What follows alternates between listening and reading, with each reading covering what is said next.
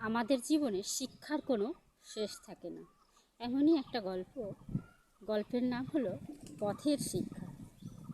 ছোট্ট একটা গ্রামে জন্ম নিয়েছিল অর্ণব। স্বপ্ন ছিল অনেক বড় হবার, কিন্তু পথটা ছিল খুবই কঠিন।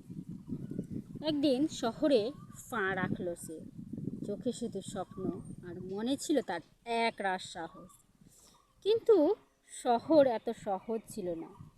প্রথম কাজেই ব্যর্থ, দ্বিতীয় চেষ্টায়ও ব্যর্থ হয়ে গেল, তৃতীয়বারেও দরজা বন্ধ। তার রাতগুলো কাটতো স্টেশনের বেঞ্চে বসে, দিনগুলো কাটতো মানুষের মুখে না শুনে। একদিন ক্লান্ত হয়ে নিজের মনেই বলল, হয়তো আমি পারবো না। ঠিক তখনই পাশের এক বৃদ্ধ বললেন, পথ যত কঠিন গন্তব্য তত মূল্যবান। এই কথাটা অর্ণবের ভিতরের আগুনটা আবার জ্বালিয়ে দিল। সে আবার শুরু করলো ছোট কাজ, ছোট আয়, ছোট পদক্ষেপ, কিন্তু থামেনি। দিন গড়ালো, মাস কেটে গেল। একদিন সেই অর্ণবী নিজের ছোট ব্যবসা দাঁড় করালো।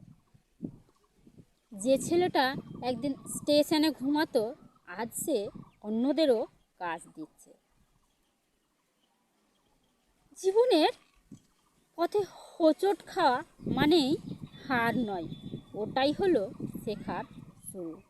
জীবনে কখনো সহজ রাস্তা দেয় না, কিন্তু যারা কঠিন পথেও হাঁটতে শেখে তাদের গল্পই একদিন অনুপ্রেরণা হয়ে ওঠে।